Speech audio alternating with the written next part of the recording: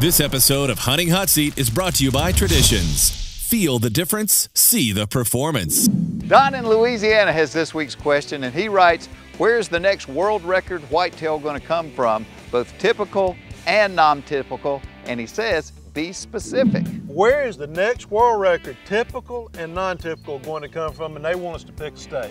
Big bucks coming from all over the country right now, but for my money, I have to say the Midwest. Most of the Midwestern states, Iowa, Kansas. Right. But what about Canada? Canada could certainly do it. I mean, it's got the world record typical now, yeah. And a lot of big bucks have taken in Canada. A lot of deer you never hear about. What do you think about Texas? There are Boone and Crockett's killed every year in Texas that you never hear about because the ranchers don't want to publicize their ranch. It's possible, but it's unlikely. For my money, I got to go back to the Midwest. What are you going to pick? Got to be specific. From trail camera photos I've seen, videos people have taken, Kansas is my pick for both the typical and the non-typical. For both? For both. Well, for me, I'm going to have to go with Iowa for the typical, and I'm going to go with Ohio for the non-typical. There are giant non-typicals in Ohio, and I don't know why.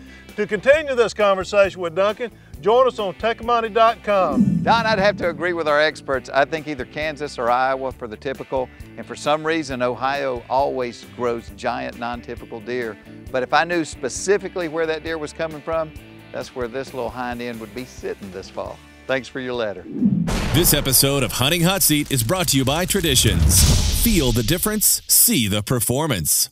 Go to Tecomate.com for the extended Hunting Hot Seat segment.